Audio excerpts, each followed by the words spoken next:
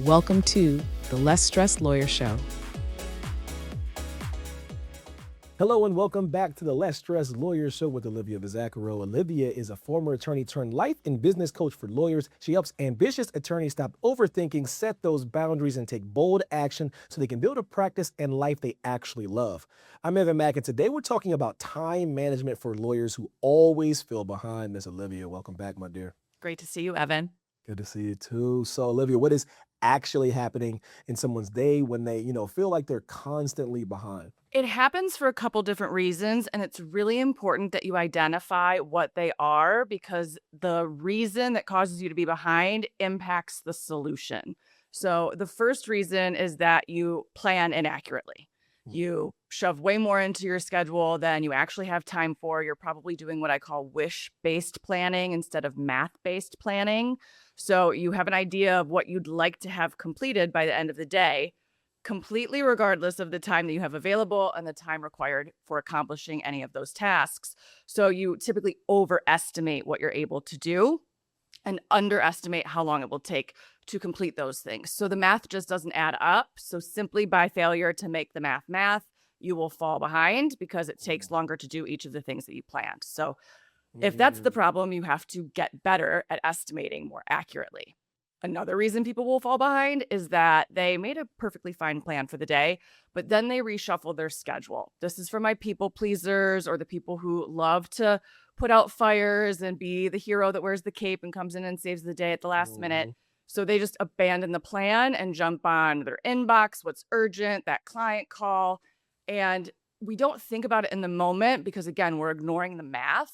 Right. But if you slot something in up above, it's going to push what you had planned down. And people will tell themselves things like, I can just do it faster later and I can still fit it all in. Again, the math is not going to work out that way. And there's a point where you can't get any more expedient when you're completing something. So that pushes you further behind. And we do that because it's uncomfortable to stick to what we had planned and worry about disappointing someone or feeling guilty, saying no. So we want to understand that in order to be able to solve for it. And then the third reason people fall behind is they just procrastinate. And the reshuffling that I just mentioned a moment ago is a version of procrastination, but it's not instant gratification based procrastination in the way that like binging a Netflix show when you're supposed to be working on a brief is, or scrolling on LinkedIn or Instagram, or shopping on Amazon when you're supposed to be responding to email. So again, we're putting in that instant gratification higher up during your day, and then we push everything else down so you fall behind. So why do so many lawyers feel like there's never enough time, even when their workload hasn't even, actually changed? It's because of how they're thinking about it. So they're not giving themselves the necessary context that forces them to pay attention to the math. So they'll tell themselves the exact thought that you just mentioned, I don't have enough time.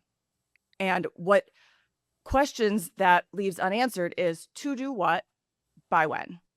And if you give yourself that additional context, you end up being in one of two categories. Either you actually do have enough time to respond to 5 emails between 2 and 5 p.m., depending on how long each one would take you, or you don't have enough time. You have 10 minutes left. Each email would take you 15 minutes to write, and the math doesn't math. So you have to reconfigure your game plan and come up with a different deadline. But people don't force themselves to think about it in those concrete terms. So we're not defining enough. We're always in that space of, I don't know what enough time is to do what even, but it doesn't feel like enough. We're kind of going off the vibes instead of focusing on the numbers. And when we tell ourselves that we don't have enough time, we create pressure, stress, overwhelm, anxiety, worry, all of that stuff. And then we react poorly to those emotions. And that puts us further behind. So we tell ourselves something, it feels uncomfortable, we respond poorly, and then it proves it true because we fall further behind that we need more time to do what we already had on our plate. So how do lawyers tend to measure, whether they had a productive day, and where does that start to go wrong when it comes to this? So it goes back to that wish-based planning. They've come up in their mind with a game plan for what they think they should have completed by the end of the day. And normally, most of the people that I work with have a question mark at the end of their calendar for the day. So they're just thinking, I'll work when the work is done. And they're never going to be done with all of the work. And if they were, that would be a less than ideal situation for them, because we want more work to do tomorrow. So we have more money coming in, more service that we're providing to our clients. But instead, their sort of unconscious, subconscious desire is to complete all of the work on their plate, or at least to complete more than what fits. So they might say, I want to read through these 3 transcripts and then start drafting this brief. Well, if you focused on the math, reading through each of the 3 transcripts might take you 4 hours apiece. So we're at 12 hours. And then starting on the brief, which is unclear what that even means, what progress would look like there, you might need 2 hours to outline the brief, set up the structure, start with the intro and working on the statement of facts. And that might, again, take you 2 hours. So now we're at 14. And if you're planning on working an 8-hour day, obviously we're over, so you're going to feel behind. Or if you planned on working late into the day with that question mark at the end, we sort of all have our own stopping point internally where we say enough is enough. Right. And you want to pay attention to your averages. If you typically don't work past 7 or 8 o'clock, because that's just when you're spent from the day, and you had 5 hours of meetings, you started work at 8 a.m., then again, the math doesn't add up. So you're not going to be able to fit those 14 hours of work in between 8 and 8, which is only 12 hours if you had 5 hours of meetings, which leaves you with only 7 hours to work with. So they come up with the idea in their mind. That's their game plan. It's that wish-based plan. And then they measure themselves against it, which is why they feel so terrible. They think it should have fit, even though we've never looked at the numbers. Right. They're not sure of why they think it should fit. It's just, again, that gut check, that vibe. And then they make it mean that they've done a poor job because they didn't complete it in that time. So we want to switch away from focusing on making game plans and assessing your progress based on that wish-based planning, and instead focus on the math. So how does that constant pressure to catch up start to change the way someone works during the day, Olivia? So they start to rush is one part, and rushing typically makes us make more mistakes and actually slows us down. I remember when I was still practicing law, I was working on something and it was very urgent, and it just required me to create a lot of the same documents and just change like 4 different things on each document. And I was rushing. I was trying to get it done as quickly as possible. And I needed to put the person's name, the hourly rate, their title for this project, and then something else, maybe their address. And I kept rushing. And every time I'd print one out, I'd look at it and I'm like, oh, I changed 3 of the 4 things, but not the 4th one. And then I had to go back and redo it. And then I'd do it again on the next one, and it would be a different thing that I didn't change from the last one. And it took me so much longer because I was really rushing. So that can slow us down. The other issue is that we're carrying over, I call it like rollover behind, just like we think about rollover minutes from the cell phone plans back in the day. Yeah. Where you didn't finish what you planned to do yesterday, and then you carry that over into the following day, but you're already telling yourself the moment your eyes open in the morning that you're behind. And that makes you feel really inadequate, very stressed, very overwhelmed. And then you're prone to either multitask, work very unintentionally, scattered, playing whack-a-mole all over the place, or that pressure starts to weigh you down. And then you're more prone to procrastination because it feels heavy. So you create a situation where you're carrying 2 weeks or a month worth of behind with you into every morning. And no matter how hard you work, no matter how much you get done, you still end every day feeling terrible because you can't make up for 2 weeks or a month of being behind in one day. It's completely impossible. So you create a situation where you'll never get out of the deficit. So instead, we want to just focus on a single day. There is no such thing as being behind. When you wake up in the morning, you want to plan your day accurately. And then, yes, you can be behind within a given day. And you're going to look at those reasons that I talked about earlier. Did I plan inaccurately? Did I reshuffle my schedule? Did I procrastinate and therefore not honor my plan for that reason? And you want to figure out what you'll do differently to remedy each one of those so you can fall less and less behind each day, which is ultimately the goal here. So where do you tend to see lawyers lose the most time, without even realizing the time is gone? Definitely in their communications. So I watch people, they don't realize that this actually constitutes double booking themselves, but they do things every single day that require their time, but they don't plan for any of those things when they're making their daily plan. So the big one here that I see is with email. So you might think, I'm going to get these 3 things done today, and the math actually works. It's 7 hours worth of work, and you've got a 9-hour day, and you're going to take a 30-minute lunch, and you've got a 30-minute call, and then you're going to give yourself like 30 minutes of buffer room. So the math actually works out. But you also spend, on average, 2 hours a day in your inbox reading and responding to emails. So now we're over the limit. So what was fitting no longer fits because you are going to be in your inbox, devoting time to that. And if you're thinking about it, we're not seeing this visual representation because no one puts it in their calendar this way. But let's say you had, we'll just use easy math here, a 7-hour chunk in that 9-hour day. And you eat at the end of it or straight in the middle. So we've got like 3 hours and 4 hours, and then the calls wherever.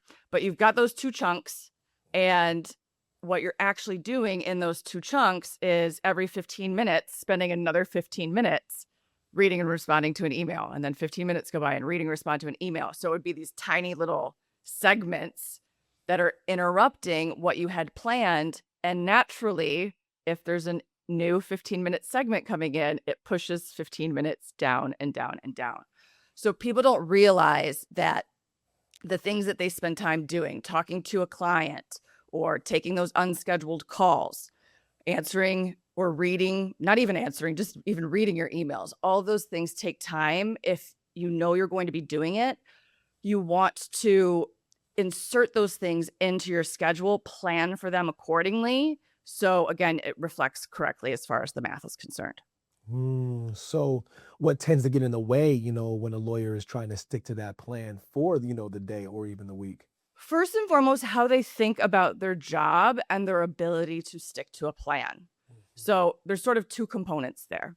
The first is they think that their schedule is very unpredictable, that is just the nature of their practice. And when you think that you're not in control of your time or that your schedule is too unpredictable, that's just the way lawyering works, you won't exert control. You'll feel kind of powerless or out of control, not like in a spiraling out of control way, but just that you lack control there. And then you won't exert control. You'll just go with the flow.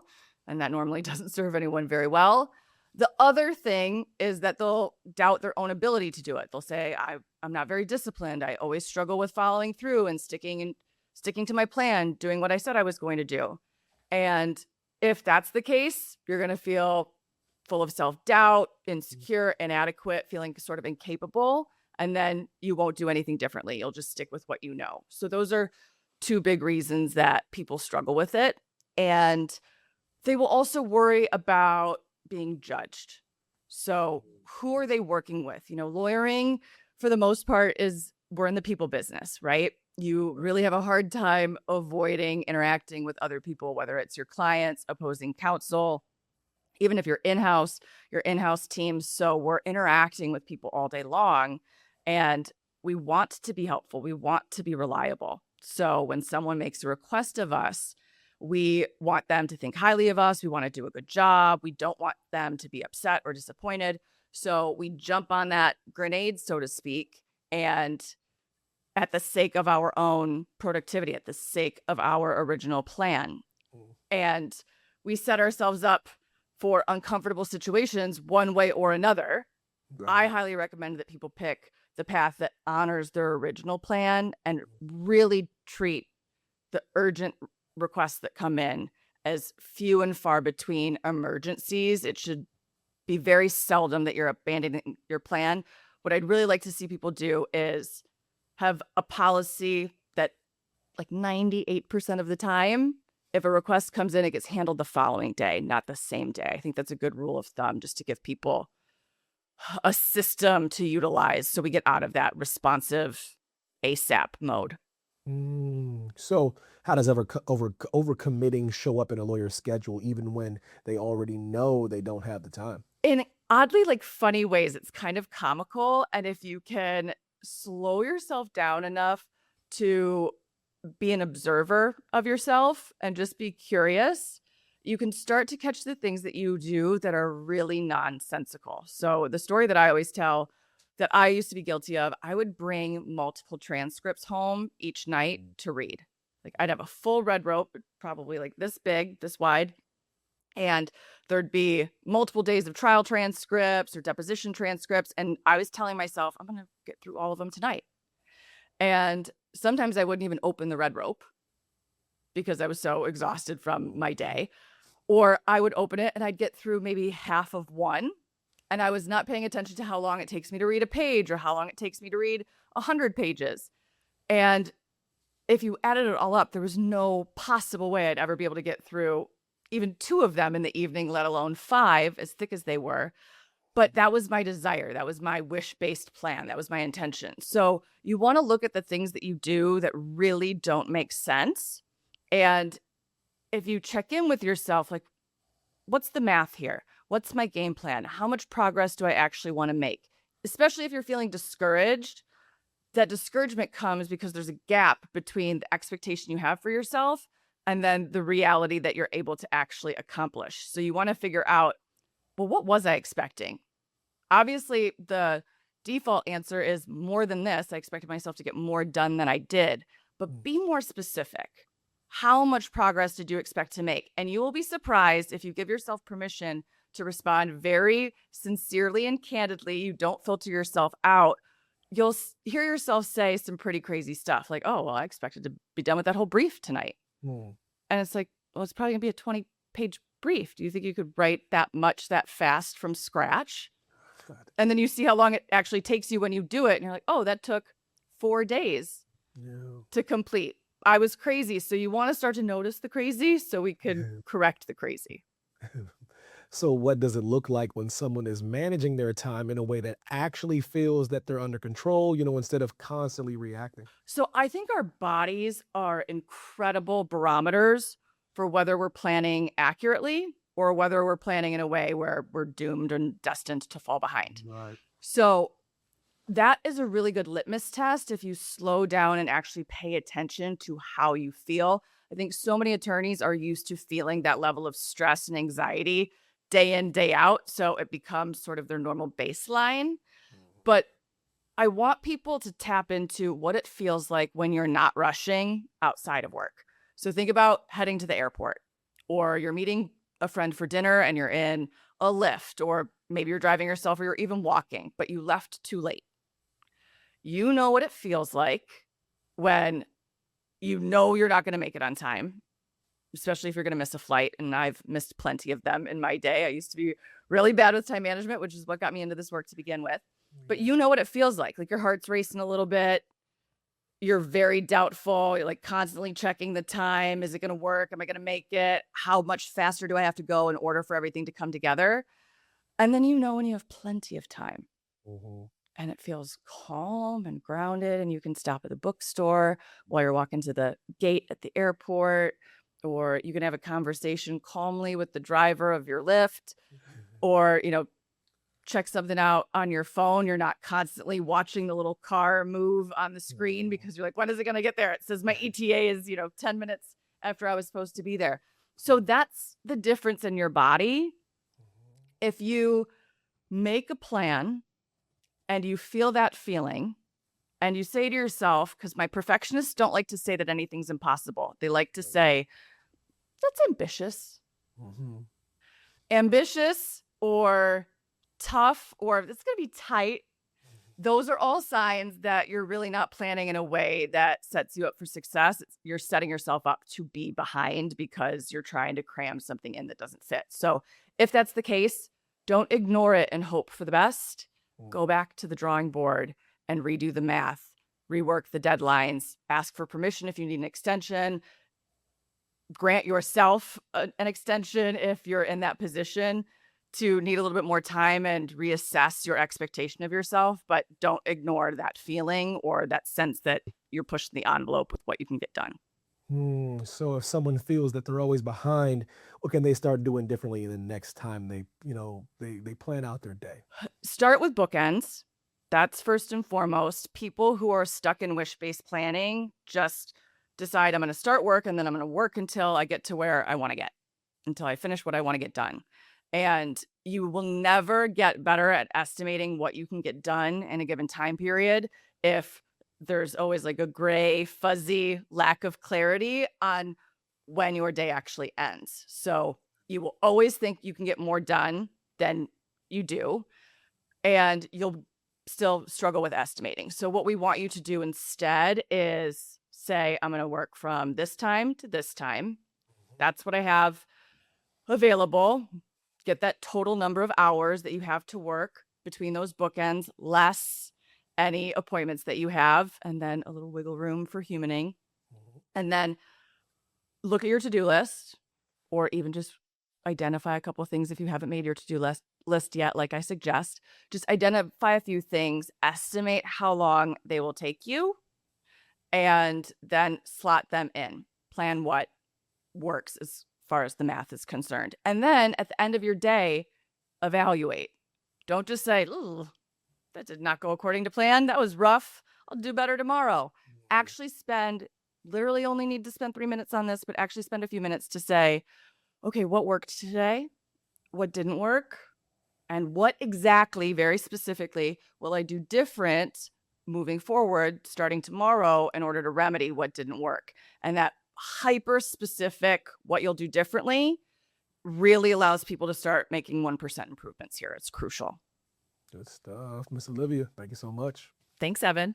All right, that's it for today's episode of the Less Stressed Lawyer Show. If you're ready to stop overthinking and start making bold moves in your life and your practice, visit oliviavizachero.com. Thanks for listening. Don't forget to like, subscribe to the show, share this episode with a lawyer who might need it as well. Thank you so much, and we'll see you next time.